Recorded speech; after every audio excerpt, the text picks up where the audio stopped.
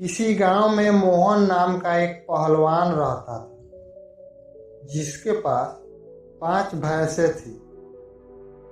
दिन भर भैंसों की देखभाल करना और उनका दूध पीना ही मोहन का दिनचर्या था। भैंसों का दूध पीते पीते मोहन काफी बलवान हो गया था। मोहन अपने बचाव और सहारे के लिए एक लोहे की छड़ी हमेशा अपने साथ रखता था। इस कारण कोई भी मोहन को एक बार देख लेता तो उसकी हष्ट-पुष्ट काया और शक्तिशाली शरीर को देखकर लोग डर जाया करते। मोहन का पूरी दुनिया में कोई नहीं था, तो उम्र बढ़ने के साथ साथ उसे अपनी शादी की चिंता सताने लगी थी। इसलिए वह अक्सर लोगों से पूछा करता था कि उसकी शादी कब और कहाँ और किससे होगी। लोग उसे देखकर डर जाते थे और वह उसके सवाल का जवाब न दे पाते। इस पर मोहन उनके साथ मारपीट किया करता था, जिसके चलते लोगों ने उस रास्ते से आना जाना बंद कर दिया था। एक बार किसी दूसरे गांव का एक ब्राह्मण और एक हमाम किसी विवाह समारोह में शामिल होने जा रहे। रास्ते में उन्हें मोहन मिल गया। मोहन ने ब्राह्मण को देखकर उन दोनों को अपने पास बुलाते हुए कहा कि आप तो मुझे ज्ञानी नजर आते हो, बताइए मेरी शादी कब और कहाँ होगी। इस तरह पहलवान का सवाल सुनकर दोनों ठिठक गए। हमाम काफी चतुर था। उसने सोचा कि अगर हम इससे बहस करेंगे तो इसके बल के आगे हमारा कोई मुकाबला नहीं होगा। हमाम को एक तरकीब सूझी और उसने दूर एक ताड़ के पेड़ की ओर उंगली से इशारा करते हुए कहा कि आपकी शादी वहीं होगी। हमाम की बात सुनकर मोहन फूले नहीं समाए और प्रसन्न होकर उसने अपनी 5 भैंसें दोनों को दान में दे दी और ताड़ के पेड़ की दिशा में चला गया। उस ताड़ के पेड़ के पास एक महिला अपने पति और बच्चे के साथ रहती थी। उसका पति बड़ा ही धूर्त व आलसी किस्म का था और उसे बात बात पर झूठ बोलने की आदत थी। इस वजह से वह महिला अपने पति से बेहद परेशान रहती। काफी दूर तक पैदल चलने के बाद जब मोहन ताड़ के पेड़ के पास पहुंचा तो वह औरत को घर से बाहर निकलते हुए देखा। घर के आंगन में प्रवेश करते हुए मोहन लड़खड़ाकर गिर पड़ा और उसका एक हाथ औरत के गाल पर तमाचे की तरह लग गया। औरत को लगा कि पहलवान जरूर उसके पति को जानता होगा। अपने एक हाथ से गाल मलते हुए औरत ने पहलवान को अतिथि कक्ष में बैठने के लिए कहा और उसे जलपान कराने लगी। इतने में औरत का पति वहां पर पहुंच गया। एक पराये मर्द के साथ अपने पति को देखकर वह बेहद गुस्से में मोहन की ओर इशारा करते हुए अपनी पत्नी से पूछने लगा, यह शख्स कौन है? औरत ने डरते हुए कहा कि उसे लगा कि वह आपसे परिचित है, इसलिए उसने उस शख्स को अंदर आने दिया। अपने पत्नी की बात सुनकर वह शख्स और भी क्रोधित हो गया और लड़ने के लिए मोहन की ओर झपका। शख्स को रोकने के लिए मोहन ने अपने लोहे की छड़ को उसके सिर पर रख दी, जिससे वह आदमी वहीं मर गया।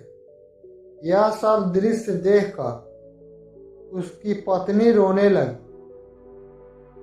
माहौल को देखकर पहलवान वहां से जाने लगा, तो उस औरत ने मोहन को रोक लिया और कहने लगी कि उसके पति के अलावा घर में कमाने वाला और कोई नहीं था और उनकी मृत्यु के बाद अब तुम्हें हमारे साथ ही रहना हो। इसके बाद मोहन उस औरत के साथ उसी घर में रहने लगा। मोहन को भैंसों का दूध पीने के अलावा कोई और काम नहीं आता।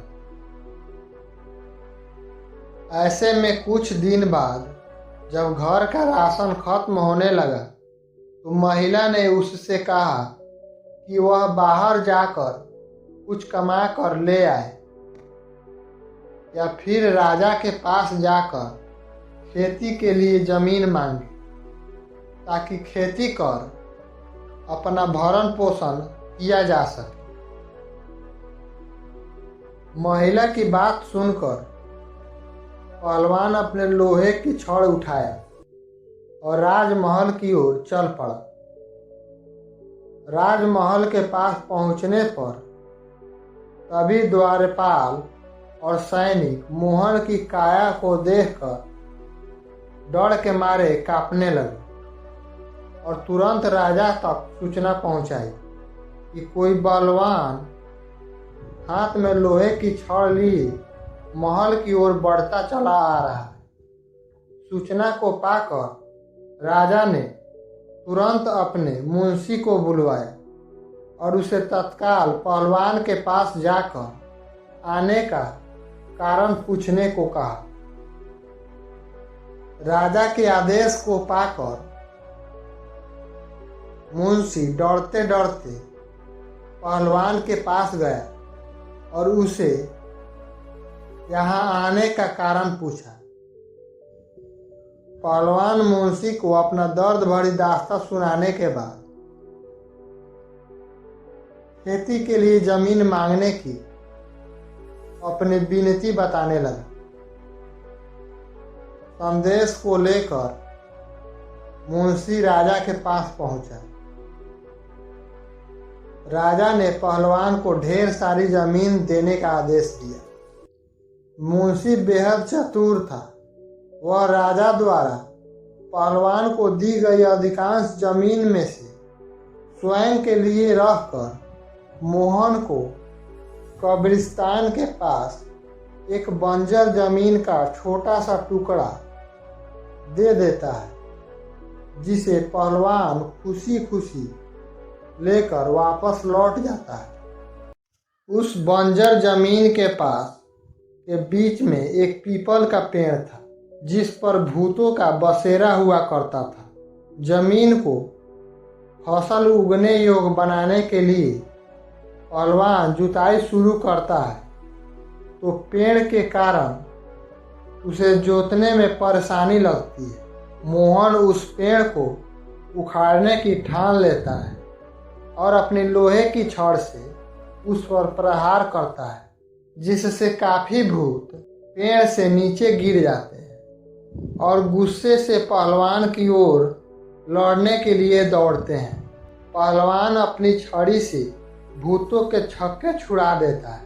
पहलवान से न जीतता देखकर भूतों ने मोहन से पेड़ न काटने की गुजारिश करने लगे और वह पहलवान से बोलने लगे कि भूतों का यह घर है, हम कई सालों से यहाँ रह रहे हैं, हमारे घर को मत उजाड़ो। भूतों ने इसके बाद मोहन के सामने एक शर्त रखी। उन्होंने कहा कि वे इसके बदले खेतों में काम करेंगे और अनाज को उपजाकर उसके घर तक पहुंचाएंगे।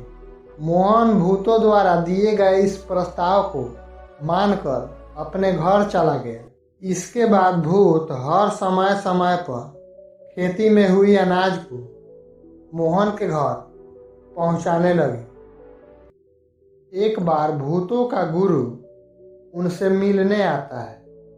सभी भूतों को दुबला पतला देखकर उनकी कमजोरी का कारण पूछता है। भूतों ने अपना सारा वृत्तांत अपने गुरु को सुनाते सुनाते रोने लगे। भूतों से पूरा वृत्तांत सुनकर गुरु पहलवान को सबक सिखाने की ठानता है और उसके घर की ओर चल पड़ता है। भूतों का गुरु एक बिल्ली का रूप धारण कर पहलवान पर हमला करने की योजना बनाता है। उस दिन पहलवान के घर में रोज की तरह एक बिल्ली रसोई में घुसकर सारा दूध पी जाती थी, जिससे वह काफी परेशान था। उस दिन पहलवान भी उस बिल्ली को सबक सिखाने के लिए दरवाजे के पीछे छिपकर बिल्ली का इंतजार कर रहा।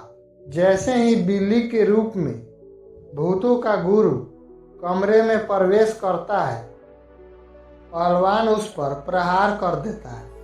पहलवान के प्रहार से भूतों के गुरु की कई हड्डियां टूट जाती है और वह अपने असली रूप में आकर अपनी जान बख्शने का निवेदन करने लगता है। मोहन ने भूतों के गुरु को छोड़ने पर खुद के लिए सजा चुनने के लिए कहा। ऐसे में भूतों के गुरु ने कहा कि उसे बख्शने पर वह राशन की मात्रा दोगुनी कर दे। भूतों के गुरु की यह बात सुनकर पहलवान उसे छोड़ देता है। पहलवान के घर से निकलकर भूतों का गुरु सीधे अपने शिष्य के पास जाता है।